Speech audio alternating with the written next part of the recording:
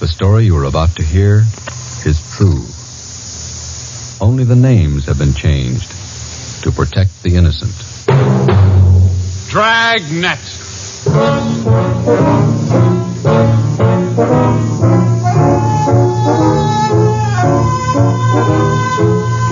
Dragnet, the documented drama of an actual crime, investigated and solved by the men who unrelentingly stand watch on the security of your home, your family, and your life. For the next 30 minutes, in cooperation with the Los Angeles Police Department, you will travel step by step on the side of the law through an actual case from official police files. From beginning to end, from crime to punishment. This is the story of your police force in action. Dragnet.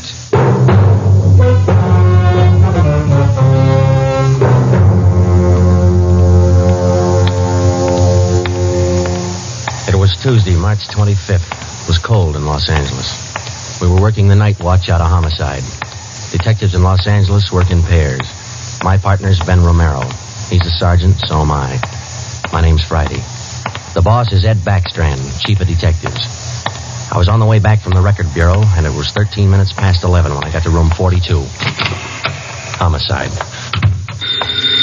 That's a hot shot. Somebody grab it. I got it, Ed. At 1245 East Doheny Street, 2 officers shot. At 1245 East Doheny Street, 2 officers shot. What have you got, Friday? Read it. 2 officers shot. Where's Romero? Right here, Skipper. Okay, you've got one to roll on. Get going.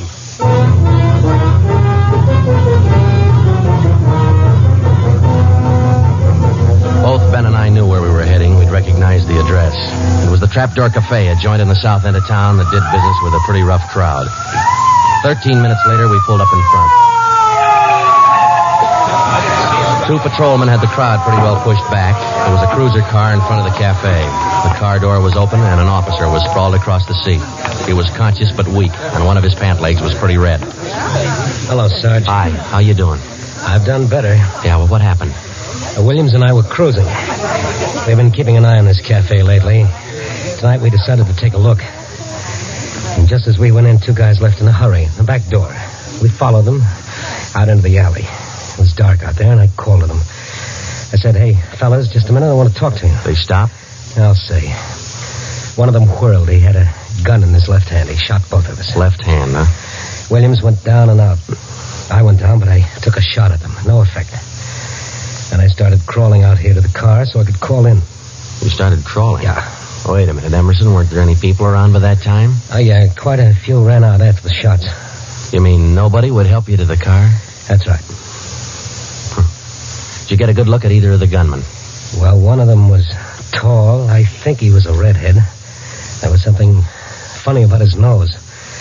That's all I saw. It's too dark out there. Williams was closer. I think he got a good look. Joe, the other officer, Williams, he's in pretty bad shape. Is he breathing? He's still alive, Emerson. I don't know how much time he's got. Ambulance? On the way. Okay, let's round up all the men who are in the cafe. We're taking them in.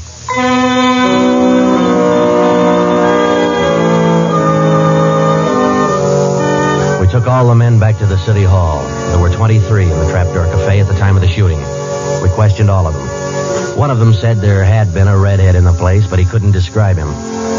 Ben and I left the interrogation room, and we went back to the squad room. Friday, Romero. Got a minute? Yeah, Ed. Come on, Ben. Sit down. Okay. You get anything from those people you questioned? Nothing we could use. How's Williams? It's pretty bad. When do they operate? As soon as he comes out of shot. Probably in the morning. You boys will be there. Yeah, we will. When the surgeon digs that slug out, get it and mark it for evidence. Yeah. Skipper, them 2 men shot without asking any questions. They must be hot. Yeah. Same thing occurred to me. When we get that slug, the ballistics can tell us whether that gun's been used on other jobs. We got enough of their modus operandi to have the statistician give us a run-through on the IBM now. One of them is left-handed, and he shoots quick. Okay, be in surgery tomorrow morning at 9.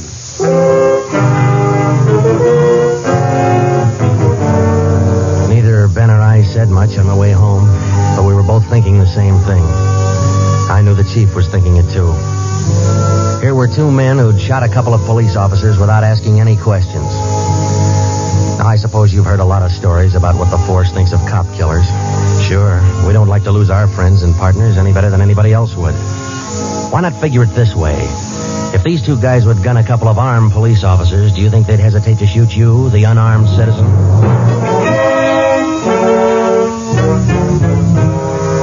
The next morning at 9 o'clock, Ben and I had scrubbed up and we were in surgery. Williams was on the table. The surgeon started in. A lot of minutes later, he got the slug. As for Williams, they took out 7 feet of his intestine and said he might pull through.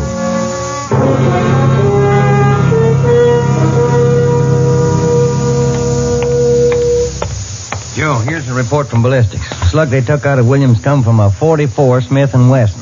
The same gun was used in a liquor store killing about a month ago. Did you call the statistician? Yeah, She's running all the cards on previous shootings through the IBM machine. She ought to be through about now. Let's take a look. Okay, come on. Hi, Helen. Just a second. Okay.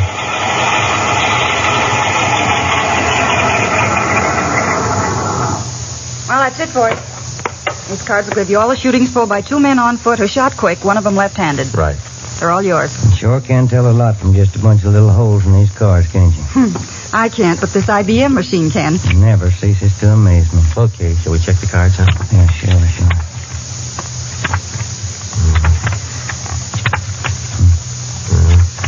Wait a minute, Ben. Here we are. Huh? Yeah. Here's that liquor store killing ballistics tied the Smith & Wesson in on. Same gun that Emerson Williams was shot with? Well, it checks out. The liquor store was in the same neighborhood as the Trapdoor Cafe. Same gun, huh? Got to be. How long ago? A month ago, yeah. Ben, take the DR number off this card and let's pull the crime report on that job.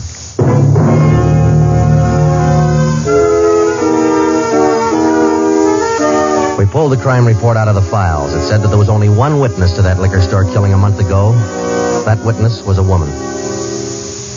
Miss Forbes, I'm sorry to disturb you like this, but we'd like to ask some questions about that liquor store killing you witness a little over a month ago. Well, I told the police everything I knew about it then. Yeah, we know, but maybe you wouldn't mind telling us again, huh? Oh. No, I guess not. I've been trying to forget it, to tell the truth. It was pretty terrible, and I really didn't see so very much because I was awful scared. I understand. But try to describe again just what happened, will you? Well, it was about 10 o'clock at night.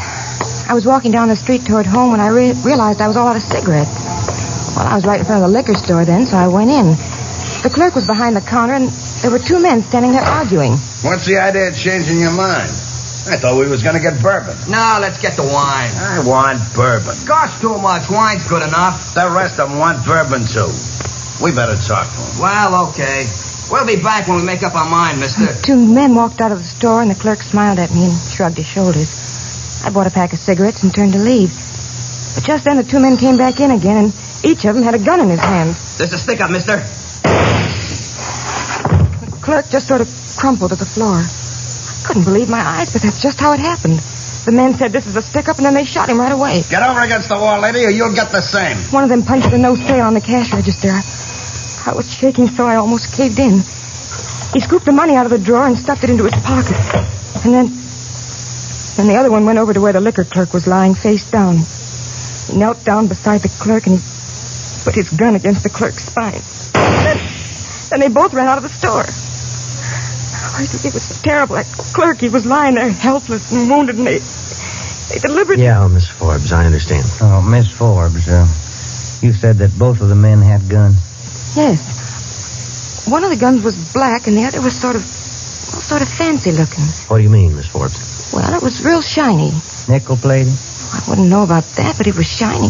There were 2 guns, huh? Yes. Well, now about the men themselves. Well, I was so scared their faces just didn't register with me. The one who shot the clerk in the back was sort of stocky. It's about the best I can do. Well, you mentioned in the report that one of the men was left-handed. Yes, I do remember that. Uh-huh. Look, Miss Forbes, this is very important to us. One of the men was a redhead? Redhead? Why, no, I didn't see any redhead.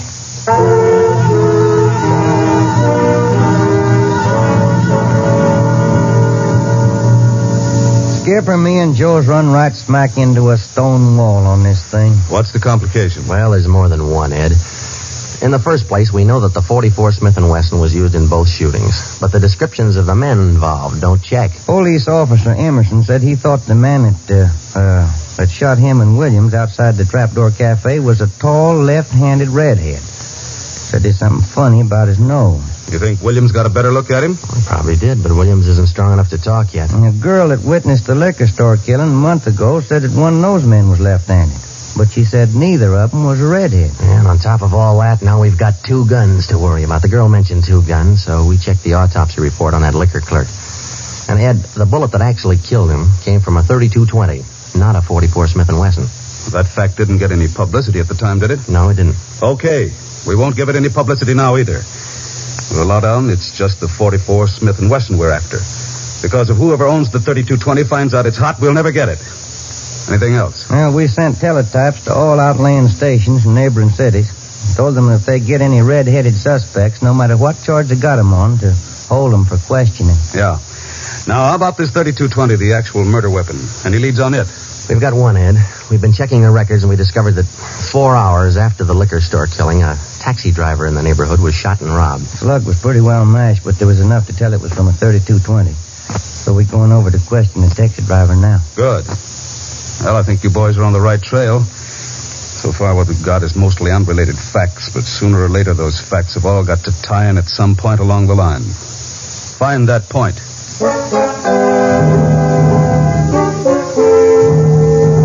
Yeah, find the point. Find the tie-in. Well, Ben and I went over to see the taxi driver, a guy who was living on borrowed time. Yeah, it was about 2 o'clock in the morning when it happened. I got a call to pick up a fare near 105th and Avalon, you know. Yeah. Mm-hmm. Well, I got there. Somebody came over, pulled open my cab door and said, "This is a stick-up." Then blew it. You let me have it. Just like that, huh? Yeah, just like that. Same deal as others, Joe. Itchy trigger finger. Yeah. Did you get any kind of a look at the fella? Look, no, it's too dark. Uh-huh. Hey, according to the report, you got shot in the chest. Yeah, that's right. Oh, you're maybe wondering how come I'm still alive, huh? I'll tell you, pal, it's like something you'd see in a bad movie, you know? You know, I'm carrying a few silver dollars with me, 9 of them to be exact. So I decided to stick them in my breast pocket. Well, mister, that just saved my life. The slug hit them silver dollars. It's one for the book, huh? Yeah, you said it. Well, thanks very much. Say, incidentally, we had a little trouble finding you today. You weren't at the stand you operated out of last month. Well, look, I'm not only not at my usual stand, I'm not driving a hack no more. Oh? Look, after what happened, are you kidding? No, I don't want to push my luck any further than it's been pushed. Yeah, I figure I had it, you know?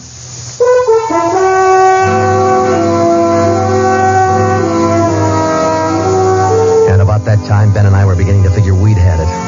We were getting nowhere fast. We had a few informants nosing around, but so far they hadn't come up with any leads. Well, Ben and I followed up all the teletypes that poured in. We just got back from Santa Ana, where we'd been questioning a red-headed suspect, and we'd flopped in the squad room when Chief Backstrand's door opened. Friday. Romero. Got a minute? Yeah, Skip. Any luck with the Santa Ana redheads? No, none at all. I guess you haven't heard the latest. We just now got back in town, Skipper. Early this morning, another cab driver got shot. What? Yeah. Man came up to his taxi, opened the door, said, "This is a stick-up," and shot him. Bullet went through one leg and into the other, but the driver managed to start his cab and drove over to a cafe. He called in from there. Boys recovered the slug? Yeah. It came from the same .44 Smith & Wesson that was used in the other 2 jobs. The cab driver get a look at the gunman? Yeah, briefly. Was it the redhead? No. Oh, the stocky guy. He wasn't redheaded and he wasn't stocky. That's all the driver knows. Well, that's great. Skipper, this is beginning to sound like a gun of the month club. You reckon somebody's renting them guns out? Well, they're passing the guns around all right, but I think they're working together. The way they operate indicates that. Yeah, the trigger-happy routine. Killing is apparently more than a business to them. It's pleasure, too. That's why we've got to get to them fast. Come over here. All right. Come on, Ben. Here. Take a look at this map. Uh-huh. Here's the Trapdoor Cafe, and over here's the liquor store. And down here is where the first cab driver got shot. Mm-hmm. Right here's where the second one got it. All of the shootings have taken place within an area of 10 square blocks. Okay. Tonight we're going to throw a blockade around that whole area. Good. It'll go into effect at 10 p.m. At 9:45 p.m., cars and officers started drifting into the area by 2s and 3s. And at 10, when Backstrand, Ben, and I arrived, the whole area was sewed up tighter than a tick. Now, code 3. Pacific Ambulance Davis? 1. All set? All set. We got a primary line and a secondary line. If anyone tries to make a break, we'll pick them up in the secondary. Okay. Friday and Romero here will cruise around the area with me. Go to work, men. Every car in the area was shaken down. The same process was also followed on all persons on foot. The blockade went on all night. By the end of that time, we'd brought in 217 suspects. 26 of them were redheads. What's your name? Henry Wagner. Where do you work? Lumber yard. Which one? 4-star. What time did you get through work last night? About 6, I guess. What'd you do then? Had some dinner. Where? Harry's Grill. Then what? Shot a little pool. Look, I tell you, I ain't done nothing. Now, let's go back to the day before yesterday. Did you work that? And that's the way it went all day long. We shot question after question at them, working them gradually back to the days on which the shootings had taken place. When it was all over, we got 6 men wanted in other cities on various charges. We got quite an assortment of guns and knives. But as far as the shootings were concerned, we got nothing. Well, I guess that's the last of them. Oh, I was running out of questions there at the end. You two boys better go on home, get some sleep. Well, I was kind of figuring on checking back over the reports to see if we might have overlooked something. I said go on home. You two boys have been at it for 32 hours straight. Look at you. You're both so groggy you can hardly stand up. You need sleep. It's 4 p.m. now. Don't come back until 10 p.m.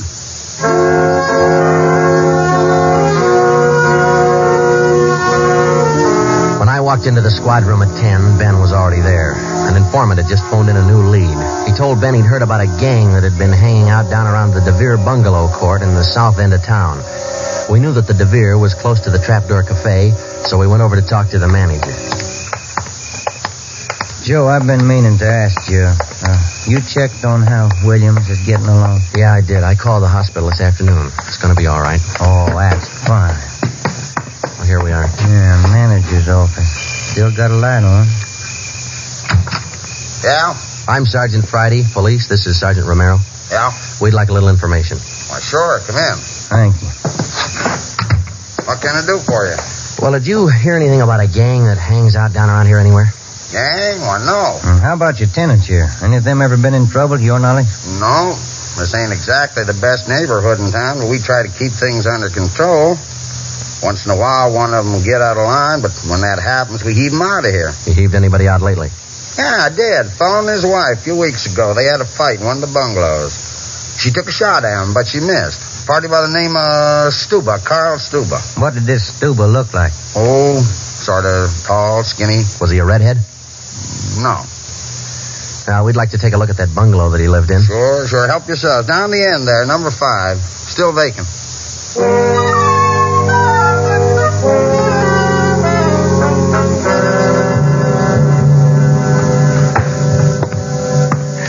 Well, I guess that does it. Stuba didn't leave a thing behind. Matter of fact, we don't have anything to prove that this Stuba's tied in at all. We're only working on a hunch. Hey, Joe, look. Where? Up on the wall there, just by the window. Oh, yeah. Yeah, that plaster there, it's newer than the rest. You got a knife? I sure have, boy, and I'm carving. That manager'd be awful unhappy with me if he was here. Yeah, he would. Yeah, Hey, Joe, here it is. A slug. They plastered right over. Okay, dig it out, and let's hope it matches. It matched. The slug from the wall came from the same .44 Smith & Wesson that had been used in the other shootings. So now we had a name to work on, Carl Stuba. But he'd done a good job of dropping out of sight. Well, the next day, Ben thought he had another lead. I've just been talking to another informant, Joe. He says he heard that there's a fella down in that neighborhood been trying to sell a gun lately. What kind of a gun? Nickel-plated with steer horn handles. Nickel-plated? Well, maybe that's our .44 Smith & Wesson. Maybe. Did the informant know who this man was? Said the feller's name was Alonzo. Yeah. Alonzo who? Just Alonzo. That's all he knew.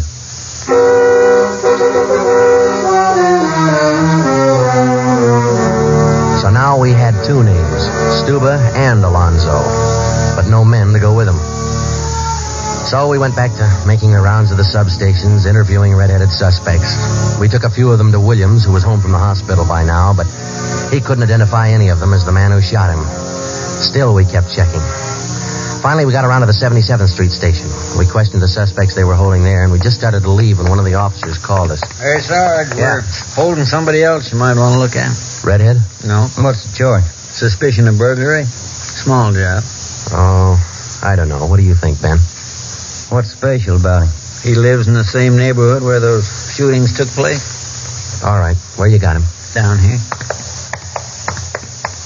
Did he admit anything? Nope. He's pretty surly. Here we are. Thanks. Hi. What do you want?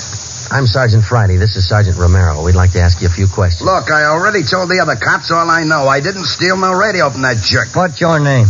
We've been through all that once. Come on, what's your name? Jackson. Alonzo Jackson.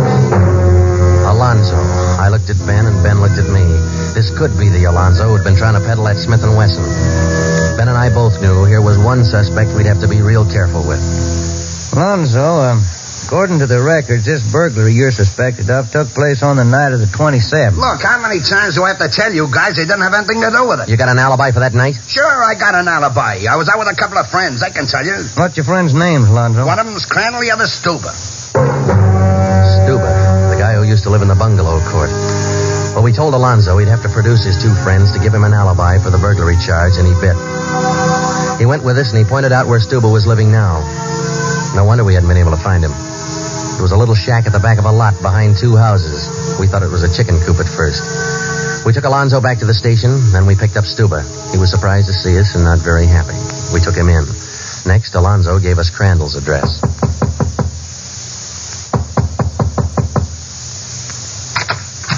Yeah? Mr. Crandall in? No. Will he be back soon? I don't know. Who are you? Sergeant Friday, Sergeant Romero, police. What do you want with him? Oh, nothing important, lady. We just wanted him as a witness. Oh. Well, I don't know just when he'll be back. Probably an hour or two. Okay, thanks.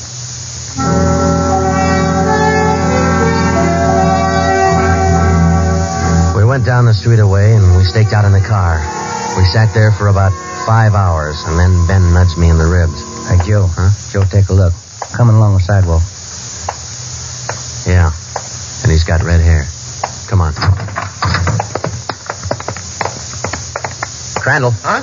Your name Crandall? Who are you? Friday Romero, police. Police? What do you want with me? I haven't done nothing. Well, then you got nothing in the world to worry about. Come on.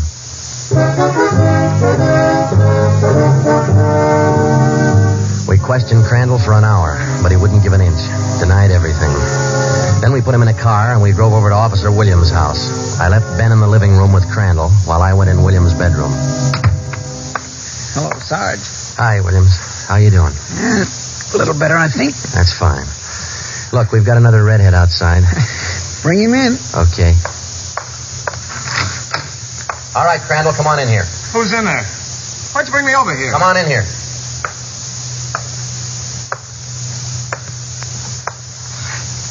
How about it, Williams? That's the guy. No, That's the guy that shot me. Well, Crandall? No. Yeah. It was an accident. I didn't mean to shoot him. It was an accident. Once Crandall got started, he talked his head off. He also admitted being in on the liquor store killing, but insisted he was only the lookout. We took him back to the station and got his whole story down on a tape recorder. Yeah, he was left-handed. Then we went back to Alonzo, who didn't know we had Crandall's confession. We met the chief in the hall outside the room where they were holding Alonzo. About ready to tie the knot? Oh, hope so, Chief. But Alonzo hasn't given any yet, and we still haven't found those guns. We've got one of them. Which one? The Smith & Wesson. Stuber popped about that one 10 minutes ago. Said he left it with his girl. A couple of the boys are on their way over to get it now. That's good, Ed. That leaves just the .32-20. You haven't mentioned the .32-20 to Alonzo, have you? No. He still thinks we're after that Smith & Wesson, and that's the way we're going to play it right now. Go ahead. Look, how much longer are you guys going to hold me here? Didn't you check with those friends of mine? Alonzo, we got a tip that you've been trying to sell a gun lately. A gun? Yeah, 44 Smith & Wesson. Oh. No, it's not true.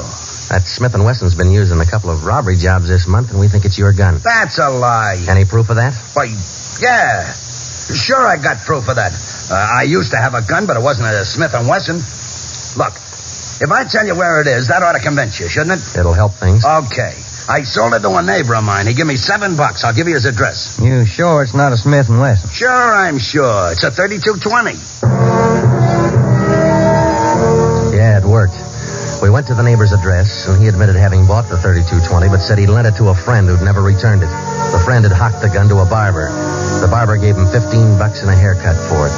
We finally got it from the barber, and we came back to the station. I'm all set, Joe. I'll be in the next room. Just give me the nod. Okay. Hello, Alonzo. Hey, you got the gun. Yeah, we got the gun. Well, now maybe you'll believe I'm on the level. Okay if I go now? I guess we won't be able to hold you here much longer. You can say that again, brother. You gotta save a lot of time for you to listen to what I've been trying to tell you all along. I guess you're right, Alonzo. Sure, I'm right. You know, you guys would be a lot better off. You believe guys like me the first time we tell you something. But on the liquor Instead store of job, running- I was only a lookout. I was outside. It was the other two who pulled that one. Stuba and Alonzo. Alonzo killed the clerk. Hold it, Alonzo. Dirty, screaming All right, rat. Alonzo, that's enough. Now, come on, how about it? Now, what's the use? All right. That's like he said. Okay, Ben, bring the recorder in here. Alonzo's ready to make a record now.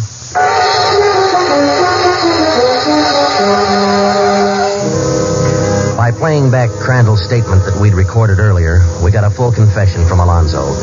We took the three of them out and had them reenact the 4 shootings, and we photographed it on sound film. Crandall, the redhead, was the one who'd shot the 2 police officers, but he was only the lookout for the liquor store killing, which explains why the girl witness didn't see him in the store. Stuba and Alonzo were the ones who pulled that job. And Alonzo, the worst of the bunch, was the one who put the 3220 against the spine of the wounded clerk. The 3 of them took turns at shooting the cab drivers and robbing them. That accounted for the mixed-up descriptions, including all that left-handed business. 2 of the 3 suspects happened to be left-handed. Well, that was the crop. Crandall, Alonzo, Stuba. 4 shootings, 3 robberies, 4 attempted murders, 1 murder. The 3 men were tried and convicted. They're all in the state penitentiary. Crandall's there for life. Alonzo and Stuba, they'll be executed next week. File it, will you, Ben?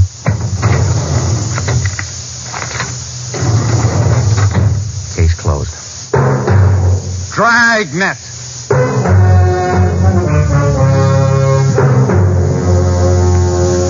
The story you have just heard was true. Only the names were changed to protect the innocent.